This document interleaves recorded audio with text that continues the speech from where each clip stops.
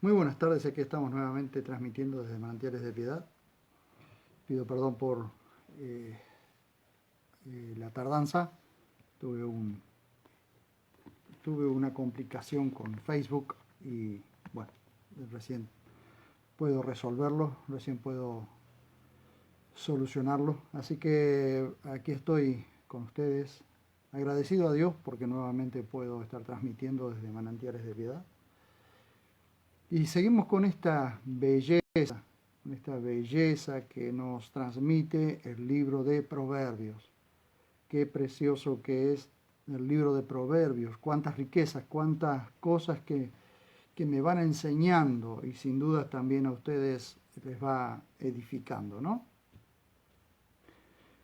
Como contaba hace un rato en el estado, estamos en Proverbios 11:18. El título del mensaje de hoy es La siembra de justicia tiene galardón firme. La siembra de justicia tiene galardón firme. Prestemos atención a este título porque es lo que nos describe lo próximo que nosotros vamos a ver. El siguiente proverbio es similar y tiene como base la siembra y la cosecha, como varios de los proverbios que vamos a ir viendo. Proverbios 11:18, vean ustedes, Proverbios 11:18 dice, el malvado logra ganancias engañosas, pero quien siembra justicia tiene galardón seguro. Podemos decir también que el que siembra justicia tiene galardón firme, como dicen otras traducciones también. Todo lo que el malvado logra es como el humo, es efímero, es superficial y falso. Es como edificar en un montón de basura. ¿Saben qué hace una descripción de esto? Oseas, el profeta Oseas. Si vamos al libro de Oseas, al libro del profeta Oseas, vamos a ver lo que nos dice, lo que nos comunica el profeta Oseas con respecto a esto. Oseas dice así, eh, Oseas 10, 12 al 13. 10, 12 al 13. Miren. Dice, sembrad para vosotros en justicia, segad conforme a la misericordia, harad para vosotros tierra virgen. Pues es tiempo de buscar a Yahvé hasta que Él venga y haga llover la justicia sobre vosotros. Y acá está, digamos, el reclamo de Dios, ¿sí? El reclamo de Dios. Harasteis maldad, cosecharéis iniquidad. Y comeréis el fruto de la mentira por haber confiado en tu poder, la Septuaginta dice en tus pecados, y en la multitud de tus valientes. Eso significa que ellos jamás confiaron en Dios. Y recuerden ustedes que tanto que Israel se dividió en 10 tribus hacia al norte y 2 tribus al sur, y esa división luego trajo más problemas porque las 10 tribus del norte fueron llevadas cautivas por los asirios y las 2 tribus del sur fueron llevadas cautivas a Babilonia y estuvieron en el exilio. En Babilonia estuvieron en el exilio durante 70 años, pero las tribus del norte, las tribus de Israel, no volvieron nunca a su tierra. Recién hoy están pudiendo volver a su tierra. Eso, eso dice muchísimo de aquellos que lamentablemente, no, que lamentablemente para ellos, no confían plenamente en el Señor para sembrar en justicia. Fíjense, por favor, cómo dice Proverbios 11:18. El malvado logra ganancias engañosas. Está claro, por lo que estamos viendo hoy, precisamente, hoy en día, que todas las ganancias que están obteniendo los muchos o muchos son engañosas, pero simplemente esas ganancias engañosas las puede lograr un malvado, un perverso, un corrupto puede lograr esas ganancias. Y como les voy a mostrar un poquito más adelante, lamentablemente los que los rodean son los que llevan la vergüenza. Entonces, volvemos a Oseas y vean ustedes que las mismas palabras luego las aplica Pablo en el Nuevo Pacto. Miren, 10:13 dice: harasteis maldad, cosecharéis iniquidad, porque el que siembra cosecha lo que siembra, no cosecha otra cosa, ¿sí? Y comeréis el fruto de la mentira. Esto mismo lo aplica Pablo, ¿sí?, a los Gálatas. Él aplica, en la carta a los Gálatas, Pablo aplica estas palabras en el capítulo 6, versos 7 al 9, dice: no seáis engañados, Dios no es burlado, porque lo que siembre el hombre, eso también cosechará. Pues el que siembra para su propia carne, de la carne cosechará corrupción. Pero el que siembra para el espíritu, y acá tengo que hacer una salvedad, algo que la mayoría de las traducciones ponen espíritu aquí con E mayúscula, refiriéndose al Espíritu Santo, al Espíritu de Dios. Pero acá no está hablando del Espíritu de Dios, está hablando del espíritu humano renacido, del espíritu renacido por el Espíritu de Dios. Entonces dice: pero el que siembra para el espíritu, es decir, para su espíritu, el que siembra para su espíritu, para su interior, para aquel lugar donde el Espíritu Santo está morando junto al espíritu humano. Por eso el espíritu humano es renacido cuando viene a vivir el Espíritu Santo a una persona. Antes, la persona está espiritualmente muerta, porque su espíritu está muerto. Muerto es separado. ¿Y separado de qué? Separado de Dios, separado de la gloria de Dios, de la presencia de Dios, de todo lo que tenga que ver con la vida de Dios. Entonces, el que siembra para el espíritu, del espíritu, ahora sí, del Espíritu Santo, cosechará vida eterna. No nos cansemos, pues, de hacer el bien, que al tiempo señalado, y por favor, presten atención a esto, porque tiempo señalado, en el viejo pacto, allí en el Antiguo Testamento, llamado comúnmente, tiempo señalado es la palabra mojedim, que está traducida también allí en Génesis capítulo 1, verso 14 y verso 16, tiempo señalado o mojedim. Y aquí, que trasladado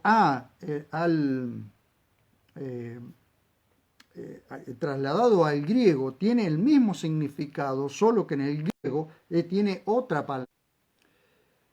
Tiempo señalado tiene que ver con el tiempo que Dios ha puesto, el tiempo que Dios ha permitido, el tiempo en que Dios dice ahora es. Entonces, no nos cansemos pues de hacer el bien, que al tiempo señalado por nosotros, no, porque no es al tiempo que nosotros señalamos, es al tiempo señalado de Dios cuando nosotros cosecharemos si no desfallecemos. ¿Saben qué significa? Esto es perseverancia, es constantemente perseverar en hacer el bien. ¿Por qué? Porque al tiempo de Dios, al tiempo señalado de Dios para cada una de las personas cosechará si no desfallece, es decir, si antes no se cansa de hacer el bien. Bien, entonces, sembrar en justicia es importantísimo porque la siembra de justicia tiene un galardón firme, tiene galardón seguro. No es que Dios va a fallar en eso. Dios no falla en galardonar al que está haciendo las cosas, al que es justo. Miren, ahora yo les voy a ir mostrando esto y les va a dar una mayor profundidad.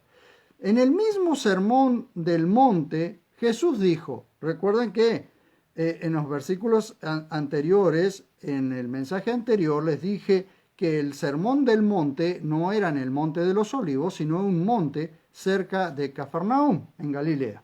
Entonces, en ese mismo sermón del monte, Jesús dijo: bienaventurados los que tienen hambre y sed de justicia, ¿sí? Porque ellos serán saciados. ¿Cuándo serán saciados? Al tiempo señalado de lo que dice Pablo. Esto está en Mateo 5:6, en el contexto de las bienaventuranzas. El más grande legado, y esto es tan importante que cuando, por ejemplo, en mi propia vida, cuando yo me pongo a pensar, ¿no? A reflexionar, en que tantas veces somos tentados por ciertas cosas para agradar a nuestra carne, para sembrar en nuestra carne. Somos tantas veces queremos agradar a nuestra carne, pero cuando nos ponemos a reflexionar en que el más grande legado que podemos dejar a nuestras familias es un apellido limpio de corrupción, hermanos queridos. Aunque no les pueda dejar muchos bienes, aunque no le pudiera dejar bienes, aunque solamente les dejara mi ropa, no sé si les va a servir de mucho, pero por lo menos se las voy a dejar. Pero al momento en que ellos caminan por la calle o tengan que presentarse en alguna parte, el apellido libre de corrupción es importantísimo. Como vengo diciendo, imagínense que cada vez que alguien diga su apellido y su apellido está conectado con algunos de estos corruptos, perversos y malvados que se están robando el país, que se están robando todo, y ese apellido está ligado a este tipo de personas, la vergüenza de tener luego que heredarle ese apellido a las generaciones siguientes, los hijos, los nietos, los bisnietos y todas las personas que están alrededor. Porque para unirse a ese tipo de personas, las personas tienen que ser tan corruptas como ellos. El problema aquí es que cuando nos ponemos a pensar en que la herencia, la aportación de un apellido libre de corrupción, libre de maldad, libre de perversidad, libre de estar ligado a algún hecho de corrupción, es tan importante en este tiempo, porque todo lo que sembremos, eso es lo que vamos a cosechar. Y nuestros hijos pueden tener la libertad de portar un apellido libre de corrupción, limpio de corrupción. Aunque no les dejemos bienes materiales, el mayor legado que podemos dejarles es una vida libre de corrupción. Que cuando ellos se tengan que presentar, su apellido pese, su apellido sea respetable, o el nombre de su madre sea respetable delante de todos. Es maravilloso sentirse libre, limpio, y que nuestro apellido esté siempre ligado a la justicia, ligado siempre a la bondad, o ligado a las buenas costumbres, a las buenas virtudes. Debemos esforzarnos por esto, debemos esforzarnos por cada día santificarnos. Porque una vez salvados, esto lo vamos a ver un poquito más adelante, una vez salvados, es nuestra responsabilidad el santificarnos cada día, el apartarnos de toda especie de mal. Entonces el más grande legado que podemos dejarle a nuestras familias es el apellido. Para una esposa, ¿qué más grande legado le puede dejar el esposo que ella poder andar con la cabeza en alto por la calle porque está ligada a un apellido que está libre de corrupción, de perversidad? ¿Qué más alto o qué más sublime que un apellido libre de corrupción. ¿Cierto? Cierto que es así. Cierto que si una mujer está ligada a un hombre y ese hombre está acusado de perversión, de corrupción, de maldad, qué vergüenza, ¿cierto? Qué vergüenza para esa mujer, a menos que esa mujer sea tan corrupta como su marido. Tenemos, después lo vamos a ver esto un poquitito más adelante. Tenemos en la Biblia el caso de Labán, quien engañó a Jacob. Escuchen esto. Engañó a Jacob cambiándole el salario 10 veces. ¿Sí? 10 veces le cambió el salario. Lo hizo trabajar 20 años por Raquel, hija de Labán, a quien Jacob se la había pedido por esposa. Esta historia, miren, esta historia se encuentra desde el capítulo 29 al 31 de Génesis. Del capítulo 29 al 31 de Génesis. Pero en el capítulo 31, verso 38 al 42, Jacob resume 20 años de engaños. Miren, capítulo 31, verso 38 al 42. 38 al 42, dice Jacob le está diciendo a Labán, le recrimina a Labán esto. Labán era su suegro, ¿sí? Bueno, podemos comenzar desde el 36, y dice, y Jacob airado recriminó a Labán, y tomando la palabra dijo Jacob a Labán, ¿cuál es mi transgresión o cuál mi pecado para que me persigas con tal ardor? ¿Por qué has rebuscado todos mis enseres? ¿Qué hallaste de todos los objetos de tu casa? Porque lo acusaban de haber robado sus ídolos. Ponlo aquí delante de mis parientes y de tus parientes y juzguen entre nosotros dos. Y acá comienza la recriminación. Esto que yo voy a leer ahora es un resumen de más de 20 años de trabajo de Jacob por Labán, por su suegro Labán, es decir, por Raquel, que era hija de Labán, a quien Jacob quería tomar por esposa. En estos 20 años he estado contigo, tus ovejas y tus cabras nunca abortaron, ni yo comí carneros de tu rebaño.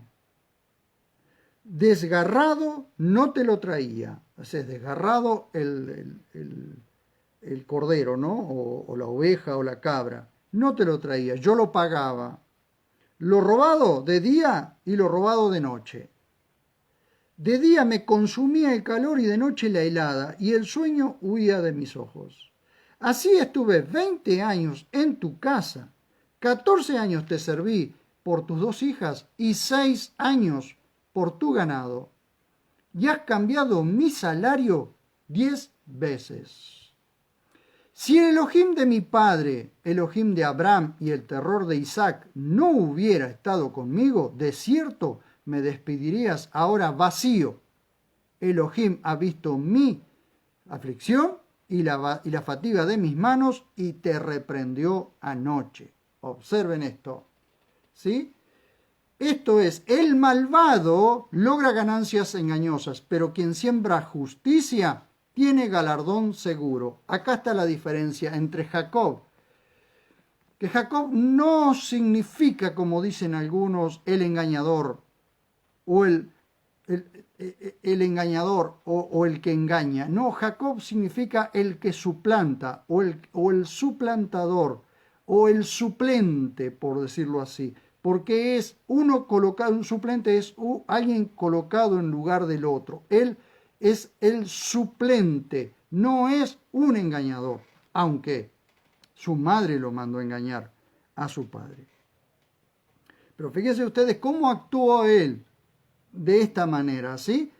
Sembrando justicia y tuvo galardón seguro. Sin embargo, el malvado logra ganancias engañosas como lo fue Labán. Todas sus ganancias, porque Labán, cuando Jacob llegó a su casa, Labán era pobre, no tenía riquezas. Sin embargo, gracias y a costa de Jacob, él salió enriquecido. Entonces el malvado logra ganancias engañosas. Y vamos a ver esto porque hay que hilvanarlo con el próximo proverbio. Entonces vamos a ver esto. Otro caso es el de Acab, rey de Israel, quien, incitado por su esposa Jezabel, se quedó con la viña de Nabot, luego de asesinarlo por medio de la manipulación y el engaño. Esta historia está en el capítulo 21 del primer libro de Reyes. Allí el escritor relata cómo apedrearon, ¿sí?, a Nabot para quitarle la viña. Pero también relata cómo Yahvé, el Dios de Israel, sentencia al rey Acab y a su esposa, y de qué horrenda forma morirían los dos. Ahora, vamos al nuevo pacto y tenemos el caso de Ananías y Zafira. Ellos mienten a Dios para obtener aplausos y ganancias engañosas. Veamos Hechos, capítulo 5, verso 1 al 11. Hechos. Porque esto que estamos viendo no solo ha pasado en el viejo pacto, también lo tenemos en el nuevo pacto. Y la historia de Ananías y Zafira es una historia que nos muestra cómo lo que el hombre siembre, eso va a cosechar. 5. Capítulo 5, les dije, del 1 al 11, del libro de Hechos. Entonces, cierto varón de nombre Ananías, con Zafira su mujer, vendió una propiedad, pero sustrajo del precio, sabiéndolo también su mujer. Es decir, el problema es que su mujer también era cómplice. Y trayendo una parte, la puso a los pies de los apóstoles. Y le dijo Pedro: Ananías, ¿por qué llenó Satanás tu corazón para mentir al Espíritu Santo y sustraer del precio de la propiedad? Alguna vez me preguntaron, ¿y qué Dios lo mató por sustraer del precio de la venta de la propiedad? Sí, ¿por qué? Porque mintió. Miren ustedes, ¿acaso reteniéndola no quedaba siendo tuya? Es decir, si vendía la propiedad y se quedaba con todo el dinero, ¿quién le iba a decir algo? Nadie le iba a decir nada. Y vendida no estaba a tu disposición. ¿Por qué pusiste este asunto en tu corazón? ¿Por qué? ¿Cuál era la mentira allí? La mentira de Ananías era que había vendido en cierta cantidad, había obtenido cierta cantidad de dinero por una venta, pero cuando Pedro le pregunta si has vendido en cierta cantidad, él dice que sí, pero la cantidad que él le dice no era la cantidad por la cual ya la había vendido. Entonces, la mentira era que, queriendo quedar bien, porque estaba viendo que los demás vendían sus haciendas y llevaban el dinero y lo ponían a los pies de los apóstoles, ellos quieren hacer lo mismo, pero le agregan una mentira. ¿Por qué? Pues Satanás llenó su corazón para que mintieran. Esta mentira, delante de Dios, pagó, fue sentenciada y pagaron el precio por esa mentira. ¿Acaso reteniéndola no quedaba siendo tuya? Y vendida no estaba a tu disposición. ¿Por qué pusiste este asunto en tu corazón? No has mentido a los hombres, el problema era ese, que estaba delante de un Dios santo y que los apóstoles estaban respondiendo a un Dios santo que no permite la mentira,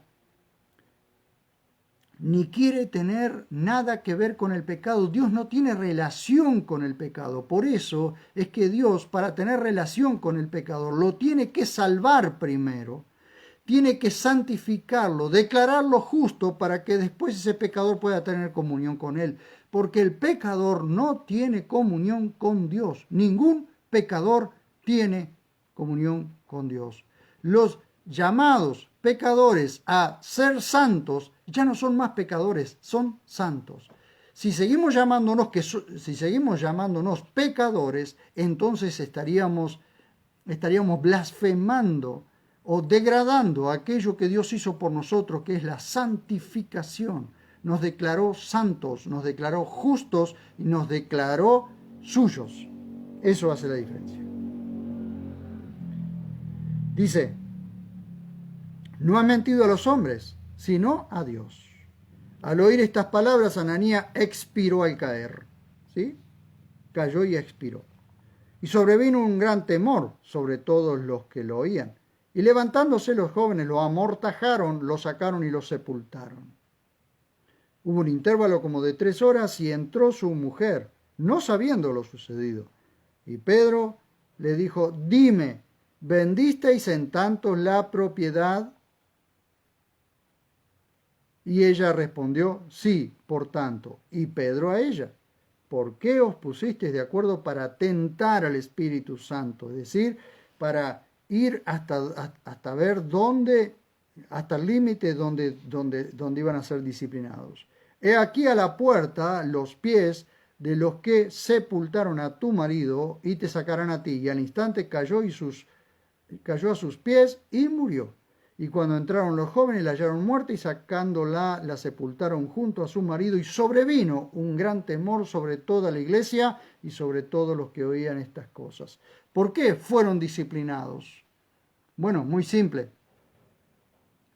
Si Ananías y Zafira no hubiesen sido de Dios, Dios no los hubiese disciplinado porque el castigo, ellos ya estaban condenados. ¿Pero por qué fueron disciplinados? Porque eran de Dios, porque eran hijos suyos, porque eran cristianos que se habían atrevido a mentirle al Espíritu Santo. Entonces, la mentira al Espíritu Santo, por eso se llama Espíritu Santo, porque es santo el Espíritu, porque es el Espíritu del Dios Santo. Entonces, se atrevieron a mentirle y como una forma de disciplinarlos o la forma de que la iglesia entrara en temor era disciplinando a 2 mentirosos. No volvían a mentir, sin duda que no volvieron a mentir, pero tampoco muchos otros se atreverían a mentir de esta forma. ¿Ven? Entonces, todo lo que el hombre siembre, eso cosechará. Ellos actuaron con maldad para lograr ganancias engañosas, cosa que no tendrían que haber hecho porque hubiesen sido honestos, simplemente le hubiesen dicho a Pedro, lo vendimos por tanto, pero sustrajimos o extrajimos cierta cantidad y esto es lo que quedó y lo queremos donar. O podrían haber llevado completo el dinero de la venta y no tendrían que haber mentido. O podrían haberse quedado con el dinero de la venta y nadie les hubiese dicho nada porque era suyo. Pero se atrevieron a mentir. Se atrevieron a mentirle. ¿Me entienden? Esa era la cuestión.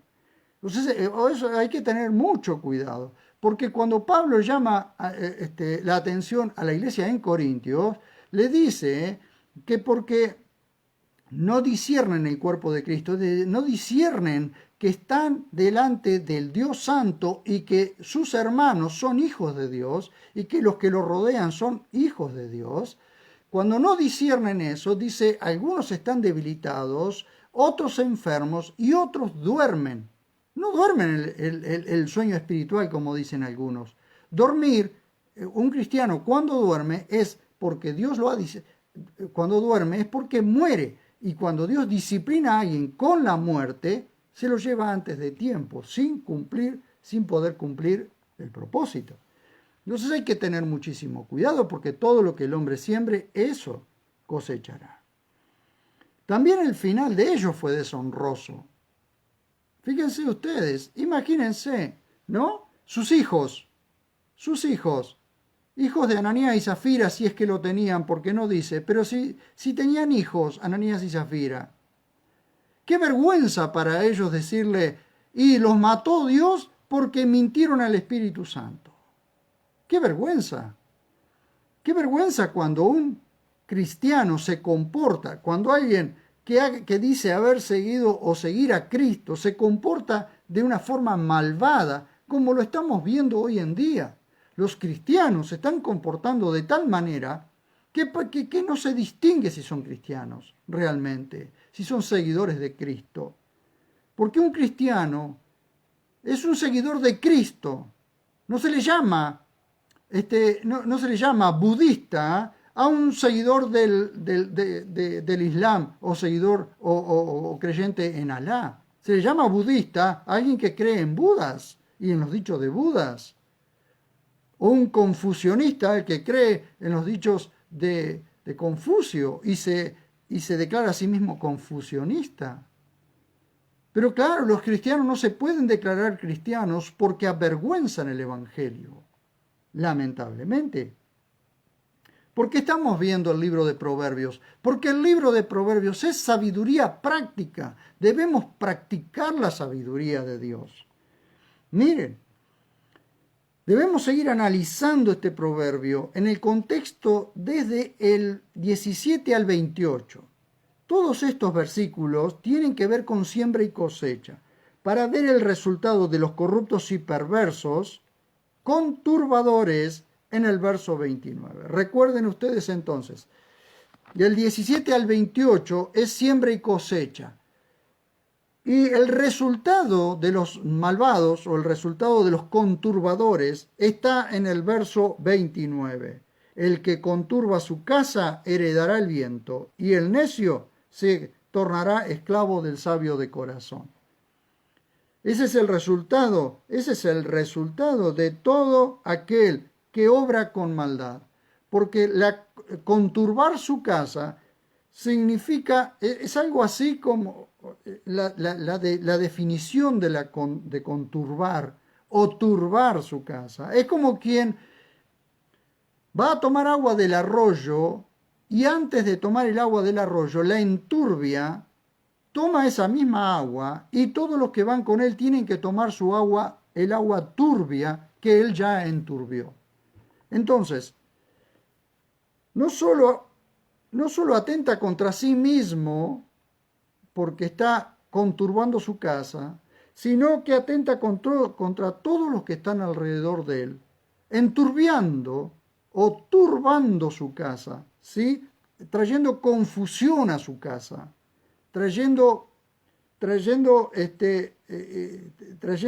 un mal ejemplo a su casa, ¿sí?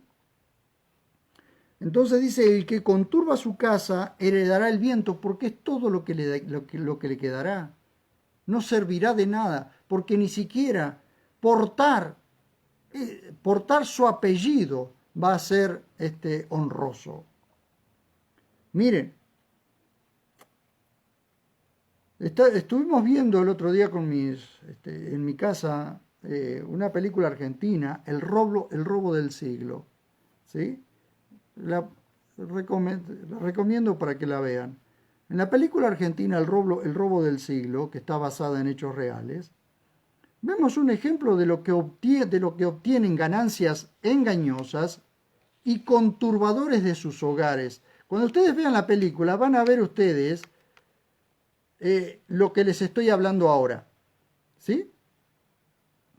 Cuando ustedes vean El robo del siglo, esta película argentina basada en hechos reales, que hay actores ahí muy conocidos, van a ver ustedes el ejemplo claro de este proverbio que les estoy mostrando. El malvado logra ganancias engañosas, pero quien siembra justicia tiene galardón seguro. Cualquier persona que obtiene ganancias engañosas, lo único que va a heredar es viento. Y lo peor es que toda la gente que lo rodea, sea su familia cercana y su familia lejana, sus amigos, llevarán la vergüenza de una clase de persona así. Por eso les quiero mostrar esto para ir terminando. Cuando ustedes vean el robo del siglo, si ustedes quieren ver esa película, El robo del siglo, que está basada en hechos reales, es una película argentina, van a ver ustedes en qué desemboca la maldad de las personas. Desemboca en el capítulo 11, en el proverbio 29 del capítulo 11. El que conturba su casa heredará el viento, y el necio se tornará esclavo del sabio de corazón. Ellos se quedaron con mucho dinero, pero saben que la conturbación en su casa, el enturbiamiento que hicieron en su casa. Toda una familia con la vergüenza de ser familiares de ladrones, ¿sí? Esto es lo que estamos viendo hoy. Entonces el malvado logra ganancias engañosas. Y recuerden que estamos viéndolo en el contexto de estos proverbios del verso 17 al 19, del 17 al 28 del capítulo 11. Miren, los resultados de cada uno de estos conturbadores de sus hogares son un verdadero caos familiar, aunque obtengan grandes ganancias. Este proverbio tiene un juego de palabras que suenan parecidos. El Wi-Fi, así que se está cortando. Miren ustedes, pero este proverbio tiene un juego de palabras que suenan parecidas, pero tienen significados diferentes. La primera palabra es saker. Es la palabra hebrea saker, que significa falso o engañoso. Entonces vemos, el malvado logra ganancias engañosas o falsas. Saker. La segunda palabra que les quiero mostrar, que suena muy parecida en el hebreo, es seker, que significa recompensa o galardón. Entonces, la segunda parte dice, pero quien siembra justicia tiene galardón, seker, seguro. Miren ustedes, entonces, saker es falso o engañoso, pero seker significa galardón, seguro, galardón, recompensa o galardón. Saker, seker. Suenan parecidas, pero el significado es muy diferente. Y para terminar con el análisis, veamos una perla preciosa que se encuentra en este proverbio, que nos da gran aliento para seguir sembrando justicia. Es al final del proverbio. Cuando uno ve cómo se traduce desde el hebreo, la palabra emet significa estabilidad, verdadero, cierto. Esto nos lleva a la seguridad de que si sembramos justicia, nuestro galardón o recompensa es emet, es estable, seguro, verdadero, cierto, por cuanto el galardón, y con esto termino con esta perla preciosa, por cuanto el galardón recompensador es Dios mismo, y Él no cambia ni se deja sobornar para cambiar. Sigamos sembrando en justicia, que tenemos recompensa estable y segura que baja del cielo. ¿Sí? El malvado logra ganancias engañosas, pero quien siembra justicia tiene galardón emet, seguro. Tiene un galardón cierto, estable, verdadero.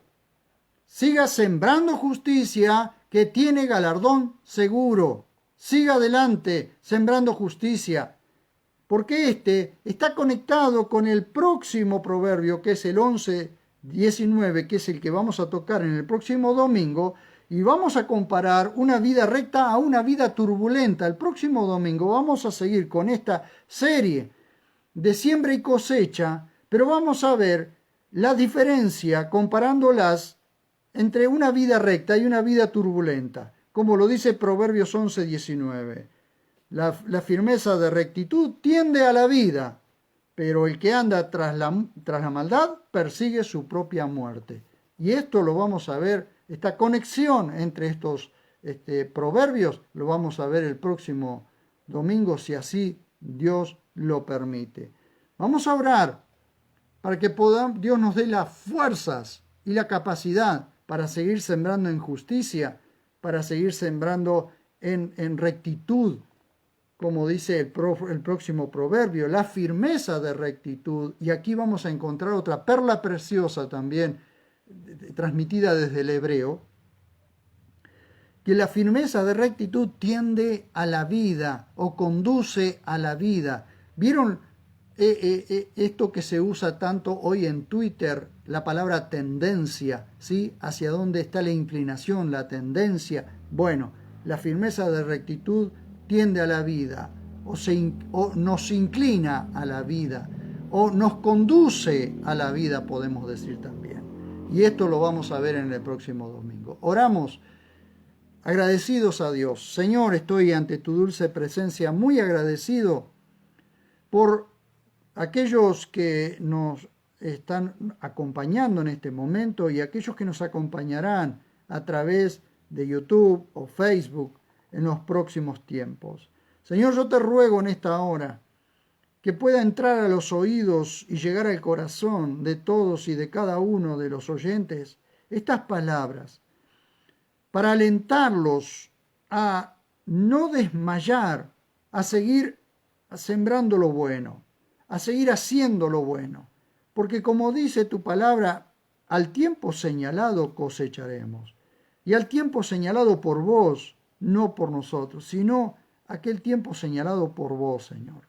Te lo ruego en el precioso nombre de Jesús. Oramos con gratitud en nuestro corazón, porque, Señor, nos haces ver la verdad, nos muestras la verdad, nos ayudas a introducirnos cada día más en la verdad. Señor, mostranos cada día el camino de rectitud, ese camino estrecho y esa puerta angosta, Señor, que nos lleva a la vida eterna. Te lo suplico por mí, por mi familia y por todos aquellos, mis hermanos, que nos están viendo. En el dulce y precioso nombre de Jesús, nos encomendamos al cuidado, la guía y la dirección del Espíritu Santo. Amén. Muchísimas gracias por haberme acompañado de aquel lado para no hacerme sentir solo. Dios los siga bendiciendo, los siga guiando en este camino de la vida. Y recuerden que la siembra de justicia tiene galardón firme, tiene galardón seguro. Ese galardón viene desde el cielo y el galardón recompensador es el mismo Dios creador de los cielos, de la tierra, del mar y de todo lo que en ellos hay. Nos vemos cuando nos veamos.